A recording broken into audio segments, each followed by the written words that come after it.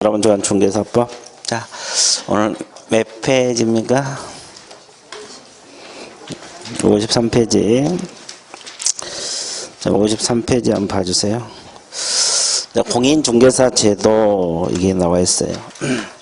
공인중개사 자격제도가 나와 있는데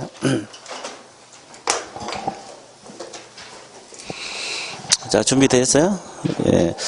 자, 53페이지. 그 자격제도가 나와 있는데 그 한 페이지 넘겨보세요. 그 53페이지는 뭐 조문이니까 볼 필요 없고 54페이지. 공인중개사 제도 파트에서는 한 문제는 꼭 나옵니다. 뭐 많은 문제는 안 나오지만 한 문제는 꼭 나와요. 그래서 이제 공부를 할 건데, 자, 가장 먼저 나온 것이 공인중개사 정책심의위원회라고 있어요. 들어보셨어요? 예, 정책심의위원회. 자, 이 정책심의위원회가 있는데, 자, 우리가 기초교재 했을 때는 뭐 간단하게 이걸 조금 봤어요. 근데 이제 오늘은 좀 깊게 봐야 되겠죠.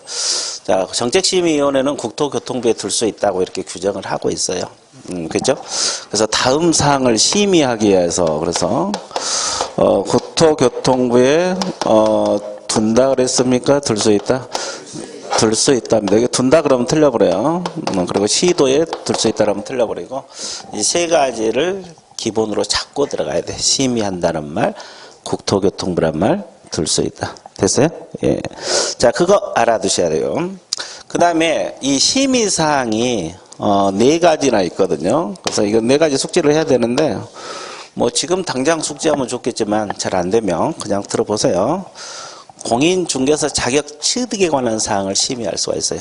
예, 자격 취득. 한번 적어볼게요. 자격 취득에 관한 사항을 심의할 수 있고, 그 다음에 또 할 수 있는 것이 부동산 중개업을 뭐 할 때? 육성. 자, 중개업 육성입니다. 이것도 심의사항에 들어가고, 그 다음에 중개 보수 변경할 때, 보수 변경할 때도 심의사항에 들어가고, 그 다음에 손해배상 책임 규정입니다. 그죠? 이런 건 심의사항에 들어가요. 손해배상 책임 규정 이런 건 심의사항에 들어가는데, 자, 그러면 원래 심의란 개념은 구속력이 없는 거잖아요. 근데 여기서 구속력이 있는 게 딱 하나가 있거든요. 이 자격 취득에 관한 사항을 정했을 때는 시도의사는 이에 따르게 돼 있어요. 시도의사는 이렇게 따라야 된다 이렇게 나와 있어요. 근데 이 세 가지는 시도의사가 따라야 된다는 규정이 전혀 없어요. 이런 것도 시험 문제 나와요. 우리가 중개 보수 변경에 관한 사항을 심의할 때는 시도의사가 따라야 된다. 이렇게 지문이 들면 이 지문은 맞아요? 틀려요? 틀려버려요. 자격 취득에 관한 사항만 따라야 된다. 이렇게 규정을 하고 있어요. 그래서 일단 공부하는 방법은 심의사항 몇 가지? 네 가지 숙지를 해야 되고 위에 것은 따라야 된다. 이걸 공부해 주면 돼요. 어려운 건 하나도 없어요. 그죠? 자, 그러면 여기서 밑줄 좀 긋고 넘어갈게요. 그 54페이지 보면은 그 양가로 1번의 첫째 줄. 동그라미 1번입니다. 자, 공인중개사 업무에 관한 사항을 심의하기 위하여 심의 동그라미, 국토교통부 동그라미, 둘 수 있다 동그라미 치세요. 자, 54페이지입니다. 양가로 1번 맨 위에. 찾았어요? 예, 심의, 국토교통부 둘 수 있다. 이 지문을 관심을 갖고 공부를 해 주시면 돼요. 우리 과목은 우리 과목에 맞게 공부를 하라 그랬어요. 그러니까 대충 그냥 읽고 거기에 끄떡끄떡하면 점수 절대 안 나와요. 그러죠? 내가 짚어준 단어들 있잖아요. 이것을 주로 바꿔서 출제가 되기 때문에 그걸 정확하게 알아두셔야 돼요. 이해되셨어요? 자, 그 다음에 심의사항 네 가지가 있습니다. 1번이 공인중개사 시험 등 자격 취득에 관한 사항 들어있습니까? 예. 2번이 부동산 중개업 육성. 3번이 중개보수 변경. 4번이 손해배상 책임. 몇 가지? 네 가지 심의사항. 자, 왜 이걸 또 중요해야 되냐면 이 파트에서는 또 심의사항도 있고 의결사항도 있고 그래요. 그래서 구분해서 공부를 해야 되거든요. 이건 다 심의사항이고. 그 다음에 양가로 3번 첫째 줄 밑줄 보세요. 자, 심의한 사항 중 공인중개사 시험 등 자격 취득에 관한 사항을 정했다. 자격 취득에 관한 사항 나와 있죠? 그러면 시도의사는 따라야 된다. 이 규정이 있죠? 근데 나머지 이 세 가지는 따라야 된다는 규정이 전혀 존재하지 않는다는 거지. 이것도 이제 시험 문제 나오니까 잘 알아두시면 되겠어요. 자, 밑줄 그었어요? 예. 그 다음에 이제 심의위원회 구성 책을 바라보세요. 자, 이 원장은 국토교통부 제1차관이 된다. 밑줄 그어보세요. 위원장은 국토교통부체 1차관입니다. 자, 국장이 된다 그러면 틀려버립니다. 국토교통부체 1차관. 그럼 위원은 누가 임명 이촉하게 돼 있어요?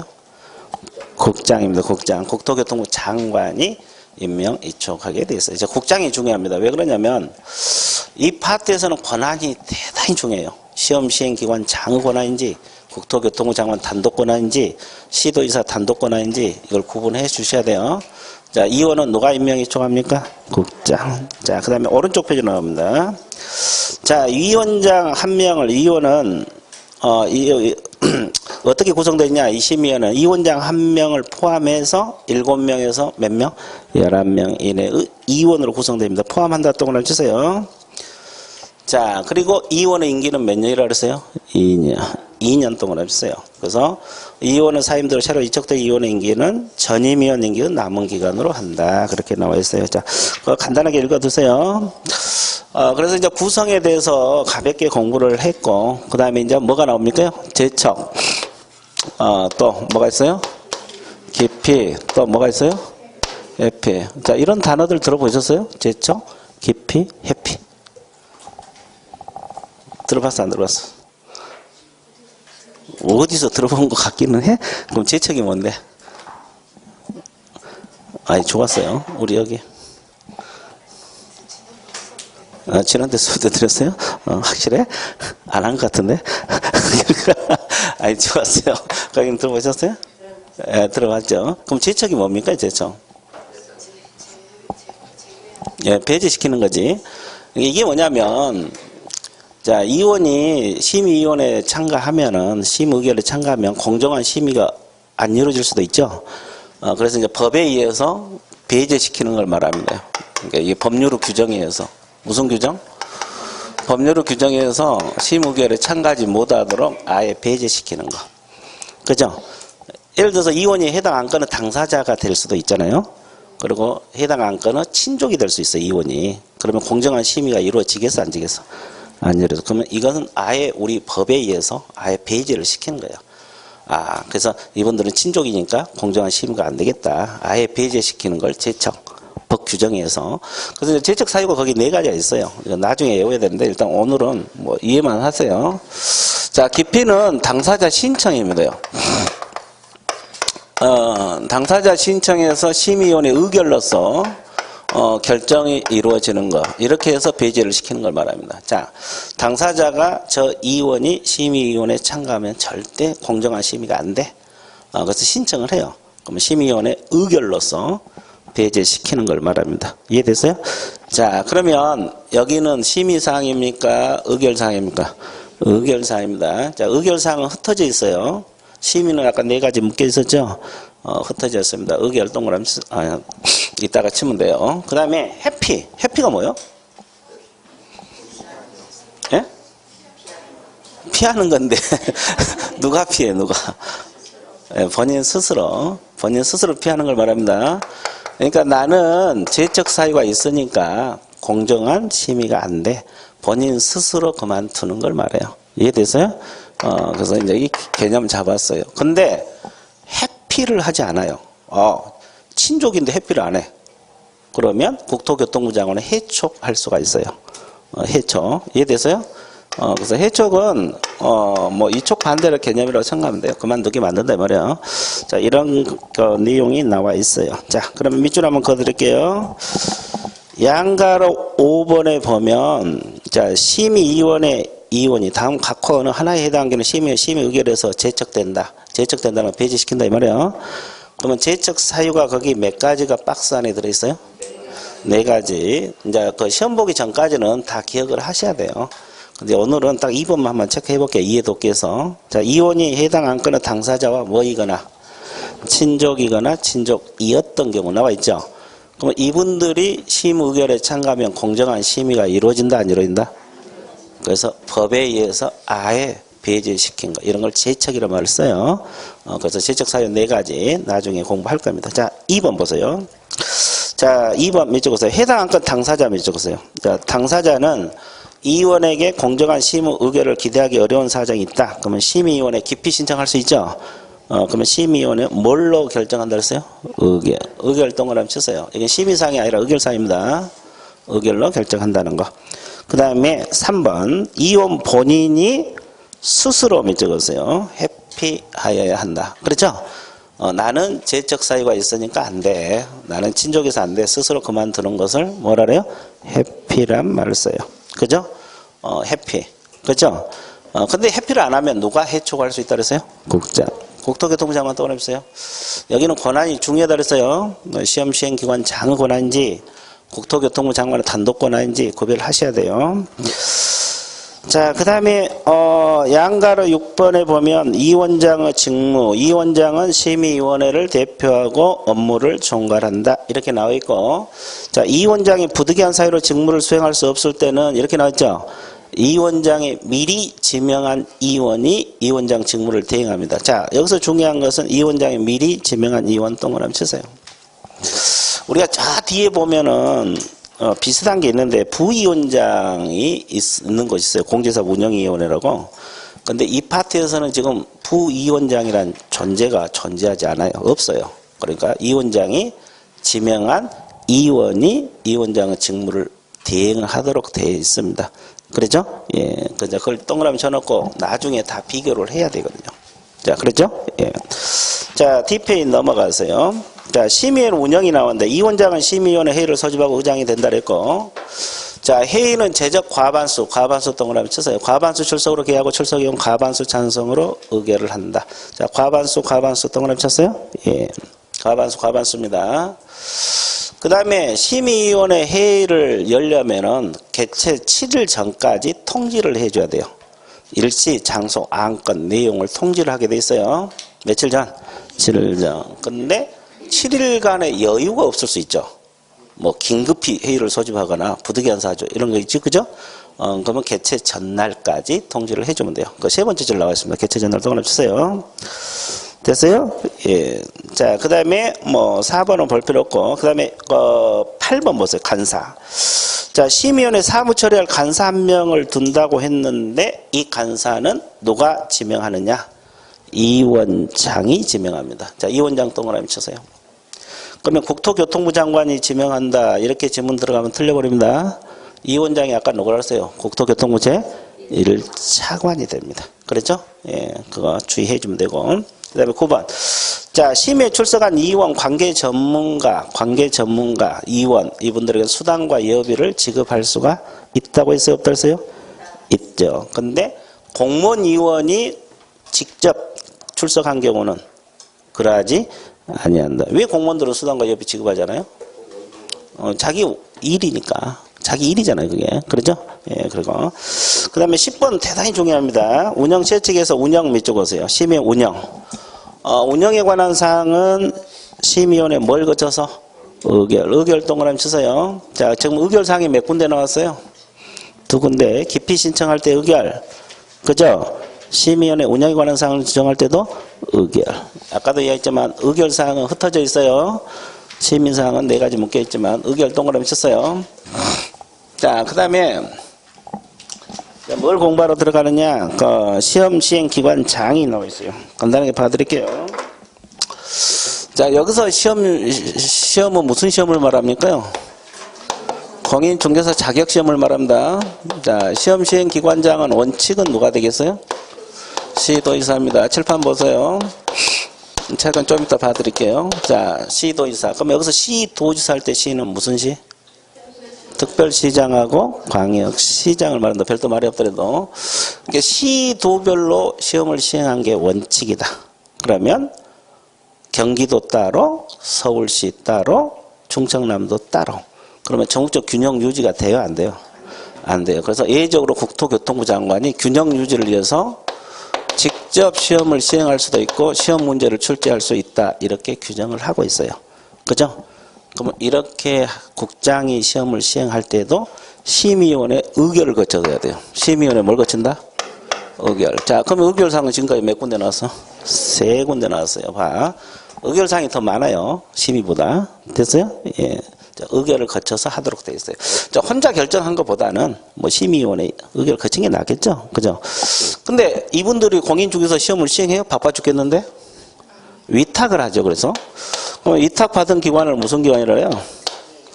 수탁기관이란 말을 써요. 자, 그러면 시험 업무를 위탁받아서 시험을 시행하는 기관은 공인중개사 어디가 있어요?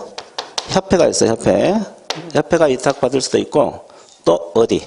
공기업하고 뭐요? 준정부기관. 여기서 위탁받아서 처리할 수가 있어요. 그러면 지금 어디서 하고 있습니까? 지금 현재?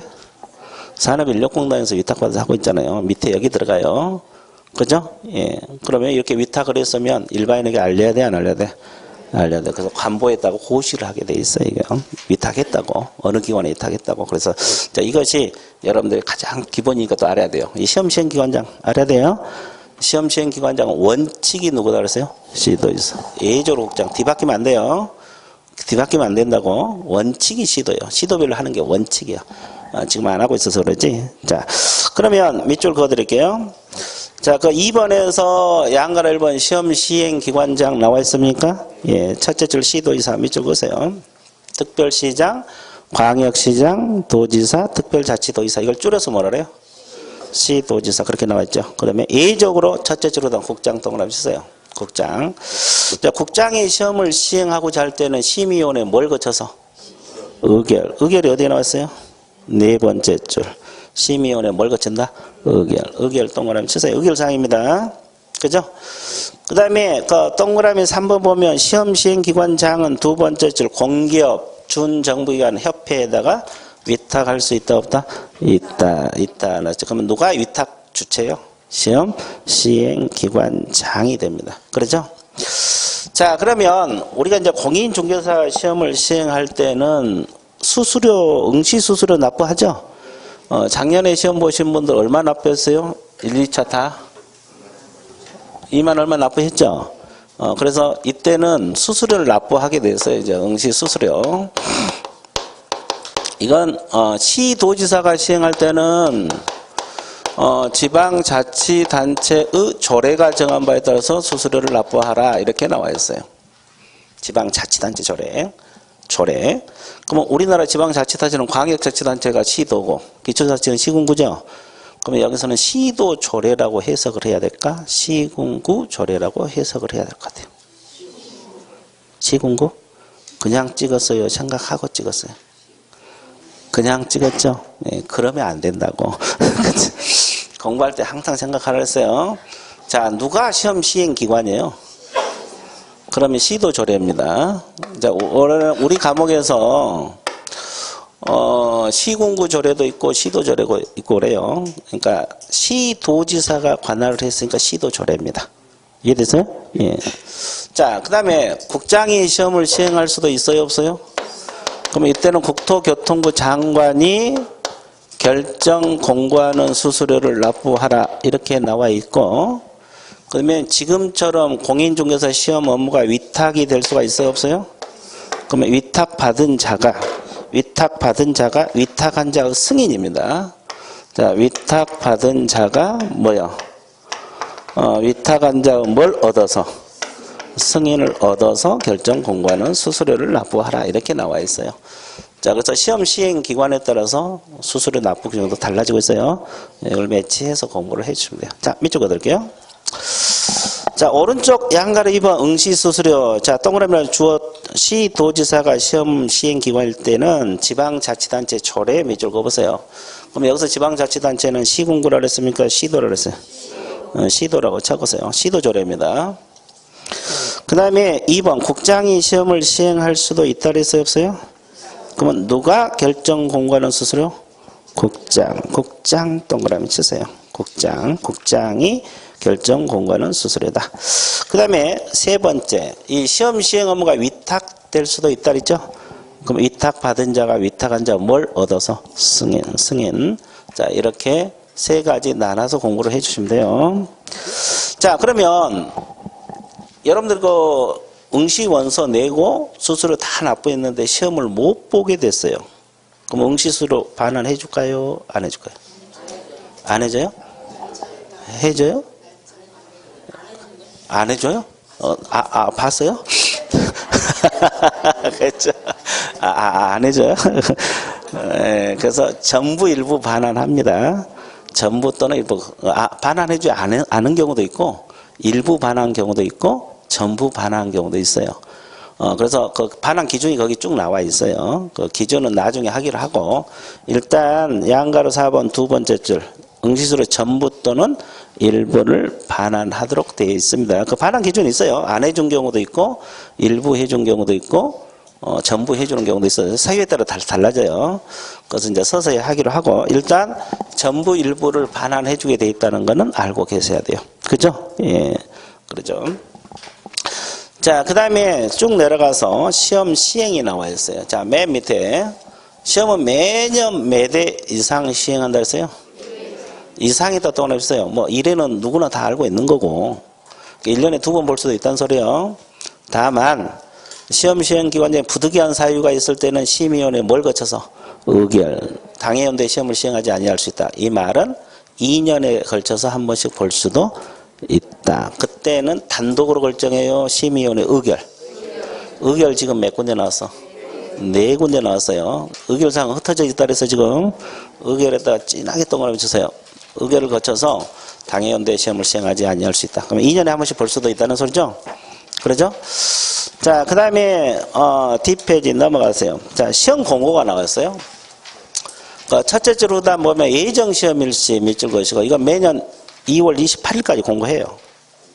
언제까지 공고한다? 예정 시험 일시 밑줄 두 번째 2월 28일까지. 자, 그러면 과거에는 이런 규정이 없었거든요. 근데 하다 언제 시험 보냐고 막 학원에서 전화해야 되고 수험생들이 전화해야 되니까 정신을 못 차려요. 시험 시행 기관이. 그러니까 아예 법에다가 넣어놨어요. 예정 시험일세 미리 공고하자. 뭐 지금은 거의 고정화돼 있잖아요. 10월 마지막 주 토요일. 그죠? 예. 그래서 이제 2월 28일 공고가 나옵니다. 근데 진짜 시험일시 시험 장소도 공고해야 될 거 아니에요. 뭐 여기 남양주는 어디서 볼 건가, 무슨 학교에서 볼 건가 이런 거. 그리고 진짜 시험일시는 90일 전에 나와요. 시험 시행일 며칠 전? 90일 전. 이 기간 좀 외워두세요. 그래서 동그라미 2번 첫째 줄로단 시험일시 시험 장소는 세 번째 줄 시험 시행일 며칠 전? 90일 전까지 공고가 된다는 거. 자, 기간 좀 알아두세요. 자, 그 다음에 또 공부할 거 뭐냐면, 자, 시험 방법. 자, 칠판 봐보세요. 여러분들 우리 공인중개사 1차 시험은 어떻게 출제된다고 알고 여기 왔어요? 다 객관식으로 알고 왔죠? 주관식 단답형, 이런 거 알았어, 몰랐어? 나올 수 있다, 그죠? 1차는 선택형에다가 주관식 단답형입니다. 또는 기입형을 가미할 수 있다. 그래서 이건 의무사항은 아니에요. 할 수 있다 그랬으니까 안 내도 관계없어요. 그죠? 예. 그래서 다 선택으로 나오고 있는 거고. 그럼 2차 과목이 있잖아요. 우리 공인중개사법으로부터 시작해서 공법, 세법 이런 거. 이건 논문형입니다. 논문형에다가 주관식 단답형, 기입형을 가미할 수 있다 그랬어요. 그러면 우리 과목은 1차 과목이요, 2차 과목이요. 그러면 선택이라는 단어 있어? 그럼 뭘 준비해야 돼? 논문이요. 아니, 논문이하고 주관식 단답형 기입형이잖아요. 그죠? 근데 준비하고 있어, 안 하고 있어? 왜 안 하고 있어요? 아니, 법에서 논문형이라고 나왔잖아요. 그래서 공인중개사 자격제도에 대해서 논하시오. 뭐 이렇게 출제되면 논해봐야 될 거 아니야. 그죠? 모르고 왔죠? 다 속아서 온 거예요. 그죠? 그죠? 근데 단서가 있어요. 이게 원칙입니다. 이게 원칙이에요. 이게 원칙이고 단서가 뭐냐면 1차하고 2차 시험을 어떻게 하되 구분하되 같은 날 동시에 시행할 수도 있어 없어요? 있어요. 지금 그렇게 하고 있죠? 1차가 민법 학계론이고 나머지 이때는 2차 시험도 1차 시험처럼 출제가 돼요. 그러니까 2차 시험도 뭐가 돼요? 선택형에다가 주관식 단답형, 기입형을 가미할 수 있다 없다? 있다. 이렇게 나와 있어요. 그래서 1, 2차가 다 선택형으로 출제가 되고 있는 겁니다. 그죠? 예, 걱정 안 해도 되는데, 근데 이게 단서라고. 이 조항이 없어져 버리면 여러분들 뭘 준비해야 돼? 논문형 준비해야 돼요. 그러니까 이 조항이 없어지기 전에 빨리 학교에 가셔야 돼요. 그렇죠? 근데 쉽게 안 돼요. 이게 옛날부터 규정이 됐는데 여러 가지 사정 때문에 쉽게 논문형으로 안 바뀌고 있어요. 근데 다른 자격증은 다 논문형이죠. 2차. 뭐 변호사, 변리사, 감정평가사, 공인노무사 이런 자격증은 다 논문형이잖아요. 그러니까 여러분도 빨리 합격하셔야 돼. 자, 전혀 지장 없어요. 자, 근데 우리 과목은 이것도 시험 문제가 될 수 있어요. 그래서 내가 이야기한 거예요. 우리 과목은 이것도 시험 문제가 될 수 있다는 거. 그러면 2차는 무조건 선택형이다. 이 지문 맞아 틀려? 틀려요. 동시에 시행했을 때. 자, 그러면 밑줄 그어드릴게요. 자, 양가로 3번, 4번 묶으세요. 양가로 3번, 4번 묶어갖고 원칙이라고 적어. 원칙. 자, 1차는 선택형에다가 주관식 단답형, 기입형을 가미할 수 있다. 이 지문 밑줄 그으시고. 2차는 논문형에다가 주관식 단답형, 기입형을 가미할 수 있다. 그렇게 나와 있어요? 안 나와 있어요? 나와 있고. 그 다음에 양가로 2번을 밑줄. 이거 예입니다. 이거 예입니다. 양가로 2번이. 자, 두 번째 줄부터 밑줄 보세요. 두 번째 줄 중간. 이 경우 2차 시험은 선택형을 출제하는 것을 원칙으로 하되 주관식 단답형, 기입형을 가미할 수 있다. 이렇게 나와 있죠. 그 첫째 줄이 동시에 시행했을 때, 구분하되 동시에 시행했을 때, 이때 2차 시험도 1차 시험 방법처럼 출제가 된다. 그것도 알고 있어야 되고, 그죠?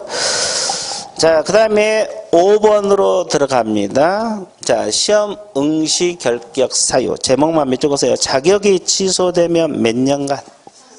3년간 시험 못 봅니다. 그죠? 거기만 밑줄 그으세요. 그 다음에 오른쪽 양가로 부정행위자는 몇 년? 5년. 두 번째 처분 일로부터 몇 년간?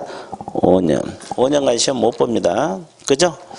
그러면 뭐 성별, 연령, 학력 이거 제한 있어요?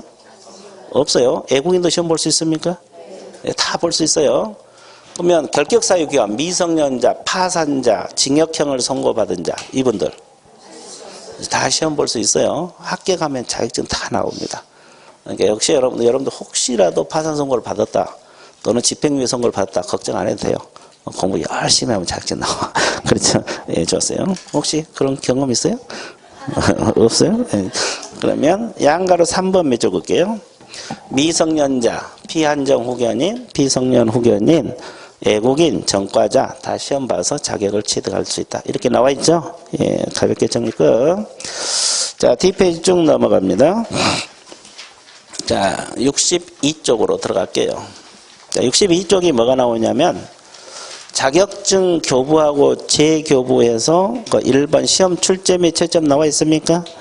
자, 양가로 1번. 자, 시험 시행기관장 동그라미 쳐보세요.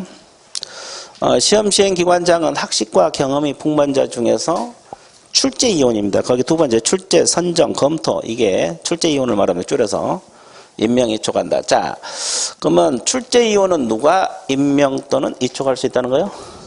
시험 시행기관장의 권한입니다. 아까 정책심의위원회 위원은 누가 임명, 이촉? 국장입니다. 그 구분하시라 그랬어요. 그러니까 이 파트에서 시험 시행 기관 장의 권한인지 국토교통부 장관 단독 권한인지 구별하셔야 돼요. 그래서 출제위원은 시험 시행 기관 장이 임명 또는 이촉을 한다는 지문. 그러죠? 예. 주어에 있다 동그라미 진하게 치세요. 그 다음에 자, 양가로 3번, 4번을 공부할 건데 그 시험 신뢰도를 크게 떨어뜨린 출제위원이 있어요. 뭘 떨어뜨렸다는 거예요? 이런 분들은 다른 시험 시행 기관장이랄지 당의 출제위원이 소속하고 있는 기관장에 통보를 해주게 됐어요. 이렇게 통보를 받으면 5년간 출제위원으로 이촉해서는 안 됩니다. 자, 여러분들에게는 상당히 좋은 조항이에요, 이게. 그죠? 예. 뭘 떨어뜨렸다? 그렇죠. 옛날에 15회 때 시험 보셨어요? 안 보셨어요? 지금 몇 회입니까? 31회죠. 15회 때 시험 어렵게 나왔잖아요. 알고 있어요? 예. 그 15회 때 1000명도 합격이 안 됐어요, 전국적으로. 그래서 문제가 너무 어려워가지고, 그때 데모하고 난리였잖아요. 부산에서 버스 대절하고 서울까지 와서 데모하고 그랬어요. 그래서 9시 뭐 메인 뉴스에 이슈가 됐는데, 그리고 시험 다시 봤잖아요. 그죠? 그 시험을, 그 출제위원들이 뭐 민법 같은 것도 지문도 엄청 길어지고, 또 출제 범위를 벗어난 문제들, 이렇게 내버리니까 손을 못 대요. 공부 2년, 3년씩 하신 분들도. 그래갖고 다 떨어졌는데, 그렇게 신뢰도를 떨어뜨린 출제위원은 몇 년간? 5년간. 출제위원 이촉에서는 아니 된다. 이렇게 규정을 하고 있어요. 여러분들은 상당히 좋은 규정이죠? 예. 근데 5년 지났어요? 안 지났어요? 겁주는 거예요. 그럼 그분들이 다시 들어가면 또 걱정이네. 그렇죠. 이제 앞으로는 그럴 일 없을 거예요. 그 당시 왜 그러냐면 원래 다른 데서 시험을 시행하다가 산업인력공단에서 처음 이게 자기들이 가져와서 시험을 냈거든요. 근데 산업인력공단에 별 자격증 다 취급하고 있잖아요. 뭐 컴퓨터 자격증부터 시작해서. 근데 그런 시험인 것 같이 그냥 대충 해본 거예요. 그러다 보니까 그런 문제가 발생했어요. 그래서 그 산업인력공사는 뺏겼어요. 토지공사로 넘어갔거든요. 거기서 몇 년 관리하다가 다시 가져와서 또 산업인력공단 하고 있어요. 근데 지금은 잘 하고 있어요. 수년간 했는데 그건 걱정 안 해도 돼요. 예, 그랬죠. 괜히 겁줬다가 또 안 줬다 그러네. 자, 양가로 3번 첫째 줄 밑줄 그어서 신뢰도를 크게 떨어뜨린 출제위원 밑줄 그어주시고, 그죠? 통보하라고 나와있죠? 다른 시험 시행기관장이랄지 기관장에 통보하고, 그 다음에 마지막 제줄 몇 년간? 5년간 출제위원으로 이촉해서는 아니 된다는 단어. 몇 줄 그었습니까? 예, 끝. 자, 오른쪽 페이지 이제 합격자 결정은 이건 공부 안 해도 돼요. 이건 다 알고 있잖아요. 자, 1차는 평균 몇 점이면 합격해요? 과락 몇 점 없이. 2차도 똑같죠? 그런 내용이에요. 그런 내용이니까 이건 신경 안 써도 되고. 자, 그 다음에 3번을 넘어가서 자격증 교부 들어갑니다. 자, 자격증 교부는 시도지사가 합니다. 누가 시험을 시행하든 관계없어요. 시도지사가 시행하든 국장이 시행하든 위탁을 하든 자격증 교부는 오로지 누가? 자, 그러니까 공고일로부터 1개월 이내에 나옵니다. 합격자 공고일로부터 몇 개월? 1개월. 그러면 여러분들은 올해 안으로 다 공인중개사가 될 수가 있어 없어? 있죠. 뭐 10월 말에 시험 보고 11월 말에 시험 공고 나고 그러면 12월 달에 자격증 나와요. 그러니까 여러분들은 올해가 가기 전에 다 공인중개사가 된다. 오, 공인중개사 엄청 많다. 그렇죠. 그렇죠. 예, 그렇죠. 생각만 해도 기쁘죠? 아주 좋아요. 웃음이 절로 나와. 그렇죠. 그렇죠. 대신 조건이 있죠. 열심히 하셔야 돼. 그래서 이제 시도의사 동그라미 쳤어요. 여기서 가장 중요한 건 시도의사입니다. 자격증은 오로지 시도의사입니다. 오로지 시도의사요. 시험 시행기관장 그러면 틀려버려요. 자, 시도의사가 자격증을 준다는 거 알고 있으면 돼요. 그렇죠? 공고일로부터 몇 개월? 1개월. 그것까지 알고 있으면 돼요. 자, 양가로 3번에 보면 자격증 재교부입니다. 재교부 사유는 뭐 분실하거나 못 쓰게 될 때 하겠죠? 그럼 어디서 재교부 하느냐 이것만 알면 돼요. 여러분 어디서 시험 볼 예정이에요? 남양주. 그죠? 그럼 누가 자격증 줘요? 경기도지사가 주겠죠. 근데 서울에서 영업하다가 분실해 볼 수도 있죠. 그러면 서울시장에 주느냐, 재발급해 주냐, 경기도지사가 해주냐 이 문제가 제기되죠. 어디로 가야 돼? 경기도지사입니다. 교부한데 교부한 시도지사가 정답이에요. 그래서 이제 그것만 주의해 주면 돼요. 그래서 그 양가로 3번 동그라미 1번 첫째 줄, 두 번째 줄. 자, 시도지사에게 재교부 그런데 교부한 대사입니다. 어디 산다? 교부한. 교부한 시도지사입니다. 그러니까 사무소 소재지 관할 시도지사 그러면 틀려버려요. 사무소 소재지 관할 시도지사 그러면 틀려버립니다. 교부했던 곳에서 재교부해 준다는 걸 반드시 기억을 해 주셔야 되겠고. 자, 그 다음에 뒷페이지 넘어가 보세요. 그러면 자격증 재교부할 때도 수수료 있어요, 없어요? 이것도 지방자치단체 조례 나와 있죠? 그러면 시군구라고 해석해야 됩니까? 시도라고 해석해야 돼요. 왜? 시도지사가 재교부해 주니까 시도조례입니다. 생각하면서 공부하라 그랬어요. 그냥 공부하면 안 돼요. 됐죠? 예. 그 다음에 이제 64페이지, 거기 보세요. 4번에서 양가로 자격증 양도되어 금지, 첫째 줄 보세요. 공인중개사는 다른 사람에게 자기 성명 동그라미, 성명을 사용하여 중개 업무를 하게 하거나 자격증 양도되어 동그라미, 양도되어 하면 안 된다. 이거 공부할 내용은 없어요, 사실. 양도되어 하지 말라 이 뜻이니까. 근데 이제 벌칙만 잘 알아두시면 돼요. 그렇게 하다 걸리면 자격이 뭐가 되고? 취소되고 1년 이하 징역 1천만 원 벌금 들어갑니다. 자격 취소돼버려요. 그러면 자격증 빌려달라면 빌려주면 돼, 안 돼? 안 돼. 한 달에 200만 원 준다고 빌려달라면? 안 돼? 빌려줘? 빌려줘. 한 번 튀기면 400만 원 가는데 한 번 튀기면 400만 원인데 그죠? 그러죠? 하여튼 걸리면 자격 취소. 몇 년하고 몇 년? 1년하고 1천. 자, 이거 알아두시면 되겠습니다. 자, 그리고 오른쪽 페이지로 넘어갑니다. 자, 양가로 2번.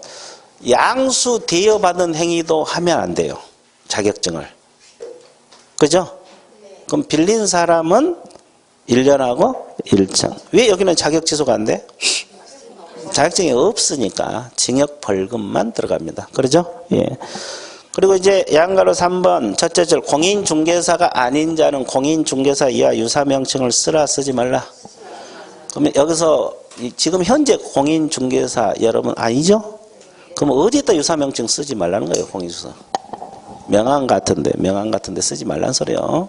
그죠? 이것도 쓰다 걸리면 1년 이하의 징역 1천만 원 이하 벌금입니다. 그렇죠? 그러면 여기서 주의할 것 하나만 정리할게요. 부동산, 뉴스, 대표, 홍길동 이렇게 했어요. 자, 이렇게 명함에다 파서 돌렸습니다. 그러면 공인중개사 이하 유사명칭 걸리겠어요? 안 걸리겠어요? 이 조항에 걸린다 안 걸린다? 둘 중 하나겠죠? 걸려요? 공인중개사 문자가 안 들어가도 걸리냐고. 예, 이건 걸린다고 판례가 나와 있어요. 판례가. 그러니까 여러분들 보세요. 이런 애매모호한 것은 뭘 공부를 하셔야 돼? 판례. 판례가 많지 않아요. 우리 과목은. 뭐 민법적으로 많지는 않지만 그래도 한 단원마다 한두 개씩 꼭 있어요. 이것은 판례에서 유사명칭에 걸려 들어간다. 왜 그러냐면 취지가 누가 보면은 공인중개사라고 오해할 소지가 있다는 게 판례 취지야. 됐어요? 그러니까 이런 명칭도 쓰라 쓰지 말라? 쓰지 말라. 뭐 발품 부동산 대표 누구누구 이것도 다 걸려 들어가요. 됐습니까? 예. 이런 거 가볍게 한번 봐주세요. 자, 그래서 이 공인중개사 파트는 뭐 이 정도 정리할게요. 이 정도 정리합니다. 자, 그 다음에 66페이지 한번 봐보세요. 그 자격증이 나와 있죠? 자, 성명하고 생년월일 적고 사진 붙여보세요. 그럼 내가 자격증 드릴게요. 그죠? 그래서 오늘 가가지고 이걸 복사를 해서 코팅해갖고 책상 앞에 걸어놓고 내가 이걸 취득해야 될 건데 그리고 공부 안 될 때마다 그죠? 한번 해보세요. 자격증 미리 준 거예요. 네, 미리 줬어요. 그렇죠. 미리 줬습니다. 별것도 없죠? 자격증 별거 없잖아요. 사진하고 성명하고 생년월일밖에 없네. 도지사 직인하고. 그렇죠? 자, 그겁니다. 자, 끝. 자, 그래서 2장 파트는 그 정도 하고 오늘은 이제 주 공부할 것이 3장 파트예요. 개설 등록하고 결격 사유. 이 파트가 이제 대단히 중요하고 우리가 중개업을 하려면 그냥 하라 그랬습니까? 개설 등록을 하고 하라 그랬죠. 이제 관청에다가 내가 중개업 하겠다고 등록을 하고 하는 것이 등록이야. 그렇죠? 그래서 거기 뭐 69페이지 의의하고 뒤에 법적 성격 나와 있죠? 예, 그것은 신경 안 써도 돼요. 뭐 등록 의의가 뭐고 법적 성격이 뭐냐. 이것은 시간 나면 내가 3월 달이나 한번 봐드릴게요. 그리고 이제 71페이지 보면 2가 개설 등록 절차 있어요? 이제 등록 절차 그러면 흐름 알아야 됩니까? 네, 알아야 되겠죠? 그래서 등록 절차 흐름 잡아드릴게요. 그럼 이제 우리가 내년에 여러분들 중개업 등록하러 가야 될 거 아니에요? 그럼 어떤 절차를 거쳐서 할 것인가 알고 있어야 되죠. 그죠? 자, 그럼 칠판 봐보세요. 가장 먼저 등록 기준을 구비를 해야 돼요. 기준. 그죠? 구비 또는 등록 요건 그럽니다. 그리고 등록 관청에다가 등록을 신청을 합니다. 등록 관청에다가 등록을 뭐 한다? 신청을 합니다. 신청할 때 그냥 가겠어요? 구비서로 제출하겠어요? 구비서로 제출하겠죠? 그럼 검토를 합니다. 관청에서 검토를 해요. 이상이 없으면 등록 처분하고 뭘 해줍니까? 통지를 해주게 됐어요. 뭘 해준다? 통지. 그러면 통지 받고 나서 뭘 해야 돼? 업무 보증을 설정합니다. 자, 업무 보증이 뭐예요?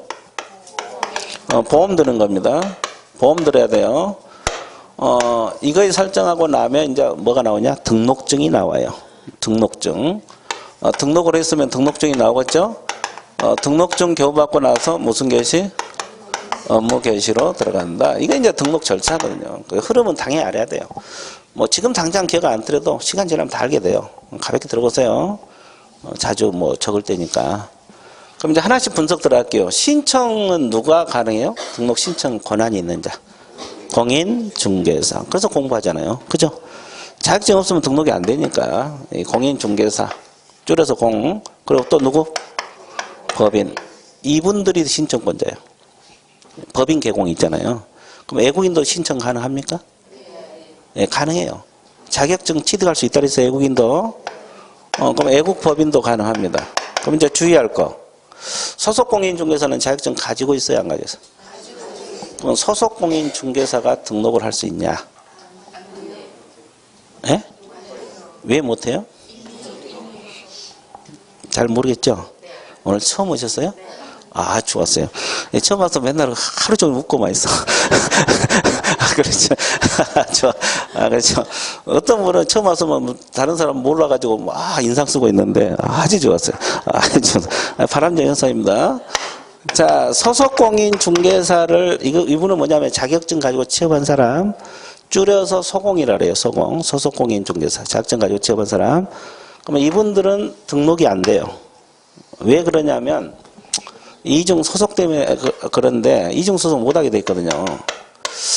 A라는 개업공인중개사. 이 개업공인중개사라는 것은 중개업소 사장, 줄여서 개공이라 그래요. 자, 이 B라는 소공은 취업한 사람이죠. 등록을 하면 여기서는 사장이 되고 여기는 직원이잖아요. 양쪽에 근무한 걸 이중 소속이라 그래. 이걸 우리 법에서 못하게 막았어요. 그러니까 소속공인중개사 신분으로 등록이 된다 안 된다? 그럼 이분이 등록하려면 어떻게 해야 돼요? 그만둬야지. 소공을 그만둬야 돼. 직원을. 그러면 그냥 공인중개사가 되잖아요. 그러면 등록을 할 수 있어요. 그러니까 소속공인중개사가 등록한다. 이 지문은 틀린 거예요. 됐어요? 그러면 변호사 자격증만 가진 사람이 등록이 가능하냐고? 안 됩니다. 그러니까 변호사들도 공인중개사 자격증이 있어야 돼, 없어야 돼? 있어야 돼요. 이 변호사 자격증만 가지고 안 됩니다. 자격 취득해야지 등록이 돼요. 그럼 법무사도 마찬가지겠죠? 예, 그래서 법무사도 일단 공인중개사 자격증이 있어야 된다. 그죠? 자, 그러면 애국인도 등록이 가능하고 애국법인도 가능하다 그랬죠? 그럼 하나. 우리가 이 앞뒤에 특수법인 배웠죠? 법인 중에서 특수법인. 특수법인은 등록한다 그랬습니까? 안 한다 그랬어? 하는 것도 있고 안 하는 것도 있어요. 그럼 한국자산관리공사는 등록을 해야 된다고 내가 이야기한 것 같은데? 예, 그래. 한국자산관리공사란 특수법인은 등록을 해야 되고, 뭐 지역농협이랄지 이건 등록 안 해도 중개업을 할 수가 있다. 그랬어요. 그래서 특수법인 중에서 등록하는 것도 있다는 거. 자, 그러면 그냥 들어봐요. 그러면 이제 등록 관청이 어디냐면 등록할 곳. 자, 어디로 가서 등록을 해야 될까요? 시장, 군수, 구청장이 등록 관청입니다. 그러면 여기서 중요한 것이 시장, 군수, 구청장은 여러분 주소지 관할이겠어요? 사무소를 두고자 하는 거. 두고자 하는 거예요. 그러니까 여러분들 이 남양주가 주소가 있더라도 강남에다 사무소 낼 수 있죠. 그러면 강남구청장. 그죠? 그러면 인천광역시 남구에다 사무소 내면 남구청장. 됐어요? 예, 두고자 하는 것. 그죠? 그죠? 그럼 남양주에다 사무소 내면 시장. 남양주 시장입니다. 군 단위는 어디로 가야 돼? 군수. 군수한테 가야 돼요. 근데 이제 주의할 게 하나 있어요. 봐보세요. 주의할 게 뭐냐면, 지워버릴게요. 자, 우리나라는 자치구가 있는 시도 있어, 없어요? 자치구가 있는 시들은 어디를 말해요? 서울특별시하고 6대 광역시입니다. 그죠? 광역시하고 특별시는 전부 구청장한테 가야 돼. 그럼 종로구 같으면 종로구청장, 강남대 사무소 내면 강남구청장. 그죠? 여기는 큰 문제가 없어요. 근데 우리나라는 비자치구가 있는 시들도 있어요, 없어요? 있죠. 하나만 대봐요.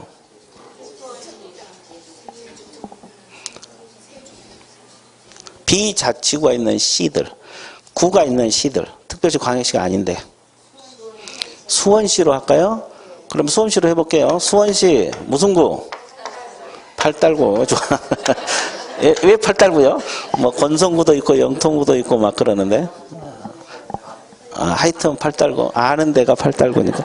아주 좋았어요. 그러면 팔달구에서 등록할 수도 있어, 없어요? 그러면 구청장한테 등록하러 가야 돼요? 수원시장한테 가야 돼요? 이게 문제죠. 구청장한테 간다? 시장한테 간 게 아니고? 예, 강력히 주장하십니까? 우리 다 구청장인데 혼자 또 시장? 강력히 주장하십니까? 여기. 구청장. 구청장이라는데? 시장? 거의 반반이네? 여기. 강력히 주장해요? 좋아요. 구청장입니다. 그러면 결론은 뭐예요? 자치구든 비자치구든 구가 있으면 다 구청장이 등록 관청이에요. 그러면 시장은 언제? 구가 없는 시. 그럼 우리나라 구가 있는 시가 더 많아요? 없는 시가 더 많아요? 없는 시가 많아요. 그래서 남양주시는 구 없죠? 남양주 시장. 의정부는 구 없죠? 의정부 시장. 하남은 구 없죠? 하남 시장. 평택은 구 없죠? 평택 시장. 그죠? 그러니까 결론적으로 뭐냐면 구가 있는 것은 자치구, 즉 특별시 광역시 자치구든 비자치구든 전부 다 구청장한테 가라 이 말이에요. 구가 없는 것만 시장. 군 따위는 군수. 그래서 이 어디로 등록할 것인가 알아야 되잖아요. 어차피 여러분 남양주에서 하게 되면 큰 문제 없죠. 남양시한테 가면 되니까. 근데 구가 있는 시, 비자치구가 있는 시 이런 데 가서 할 때 구청장한테 가는 겁니다. 그러면 결국은 구가 있으면 무조건 뭐다? 구청장. 구가 없는 것만 시장. 정리되고 있어요? 자, 그 다음에 하나 더. 자, 밑줄 좀 긋고 넘어갈까요? 자, 71페이지 거기 보면 등록 절차, 등록 신청에서 1번은 볼 필요 없고 2는 볼 필요 없고 그 신청자 2번 나와 있죠? 자, 제목 밑줄 그었어요. 공인중개사하고 법인 그렇게 나와 있죠? 그래서 첫째 두 번째 밑줄 그었습니다. 공인중개사 또는 법인이 아닌 자는 개설 등록을 신청할 수 없다. 반대해서 가면 공인중개사하고 누구만? 법인만 신청을 할 수가 있다. 이 뜻이고. 근데 가로 안에 뭐라 그랬어요? 서공은 제외된다. 그 말은 서공은 등록 안 된다 이 말이에요. 그 다음에 니은 나와 있어요. 그 밑에서 두 번째 후다. 애국인 동그라미. 애국인도 자격증 있으면 가능합니다. 동그라미 쳐놓으시고 자 뒷페이지 넘어가세요. 자 애국법인도 가능합니다. 누구도 가능하다? 애국법인도 가능하다는 거. 그 다음에 니을에 보면 다른 법률을 규정해서 중개할 수 있는 법인 이걸 줄여서 무슨 법인? 근데 특수법인 중에서 아까 어떤 것만? 한국자산관리공사는 등록을 하라 그랬어요. 근데 지역농협 이런 것은 등록한다 안 한다? 안 한다. 거기 다 나와 있습니다. 그죠? 그리고 이제 뭐 미음은 한번 읽어보시고 비읍 부칙 6조 2항에 규정된 개공 중개인들 있죠? 그럼 이분들은 등록하면 돼 안 돼? 당연히 안 되지. 개공인데 또 등록하면 이중 등록이 되버려 안 됩니다. 그리고 그 밑에 변호사 동그라미. 변호사도 된다 그랬어요? 안 된다 그랬어요? 안 된다고 나와 있어요. 그렇게 나와 있죠? 그래서 이제, 거기 다 나와 있어요.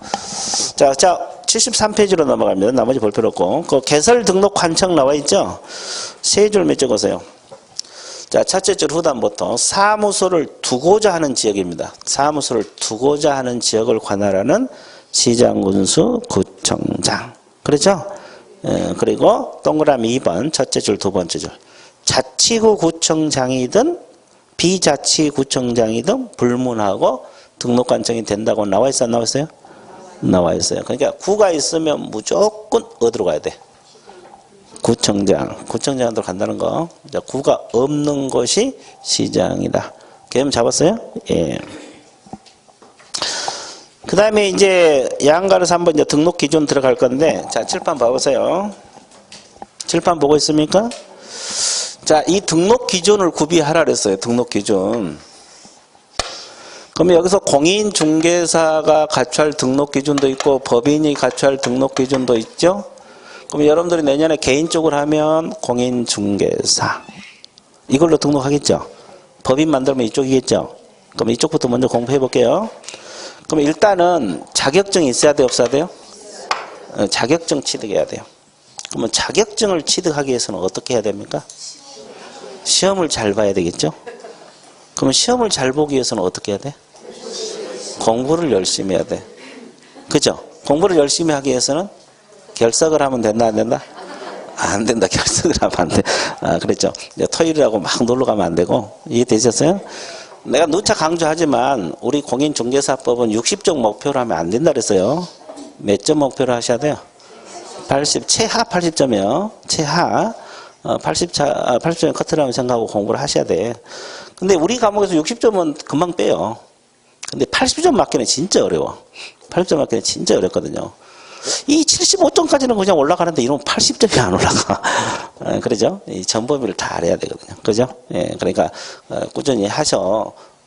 넉넉하게 점수를 빼놓은 게 좋아요. 자, 그렇다고 너무 걱정하지 마세요. 하다 보면 다 돼요.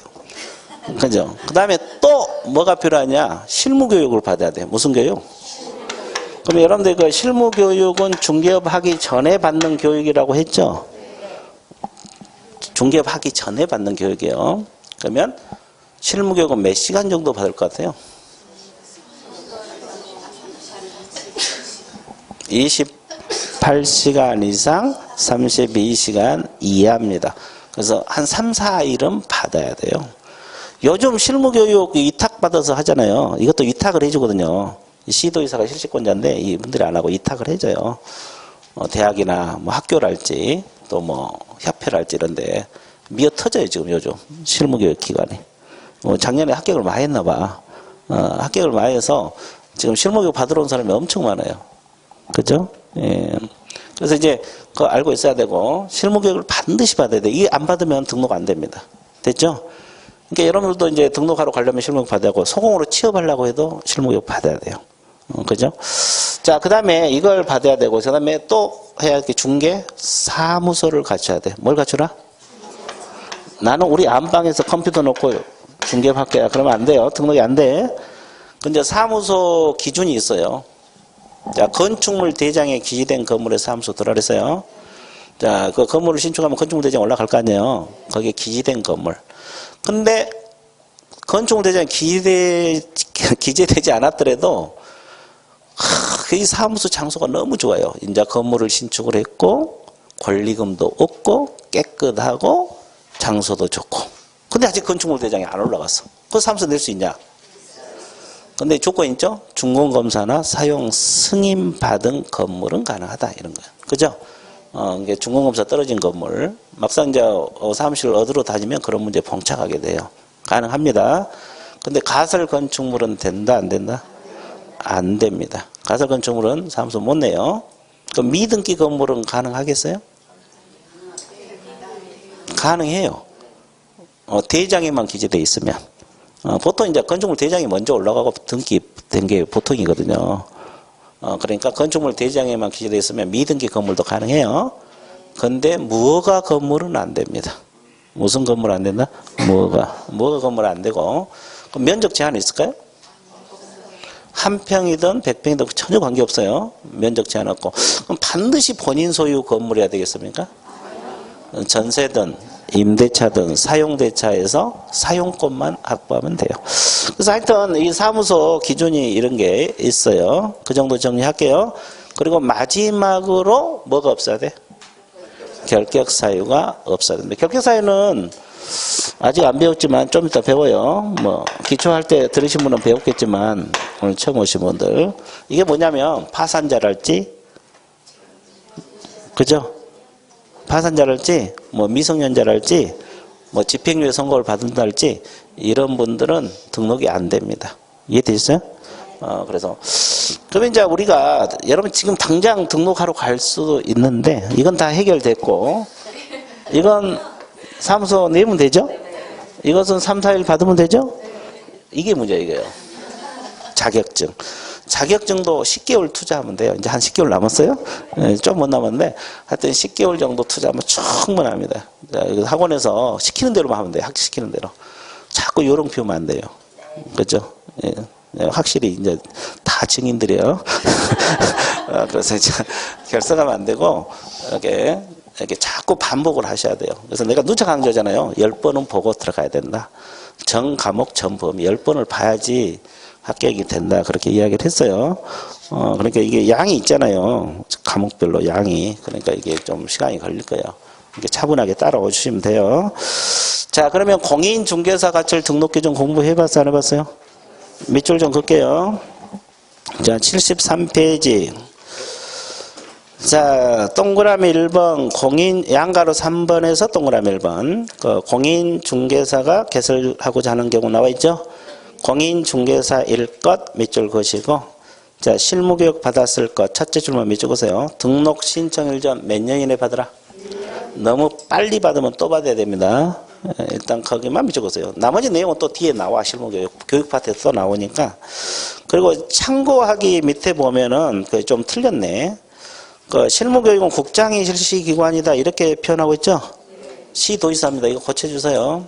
국토교통부 장관이 아니라 시도지사가 실시권자입니다. 자, 그 다음에 디귿으로 내려갑니다. 자, 어디에 기재된 건물의 사무소로 내려가세요? 건축물 대장. 근데 가로 안에 가설 건축물 대장은 제외된다 나와 있습니까? 그리고 그 가로 안에 준공검사 준공인가 사용 승인, 사용 검사를 받은 건물은 건축물대에 기재되기 전의 건물을 포함한다고 나와 있어, 나와 있어요? 나와 있어. 그러니까 이건 대장에 안 올라가더라도 준공검사 떨어진 건물, 사용 승인 받은 건물은 가능하다 이 말이에요. 그죠? 그리고 가로 안에 또 뭐라 했어요? 전세, 임대차, 사용대차에서 뭐만 확보하면 된다?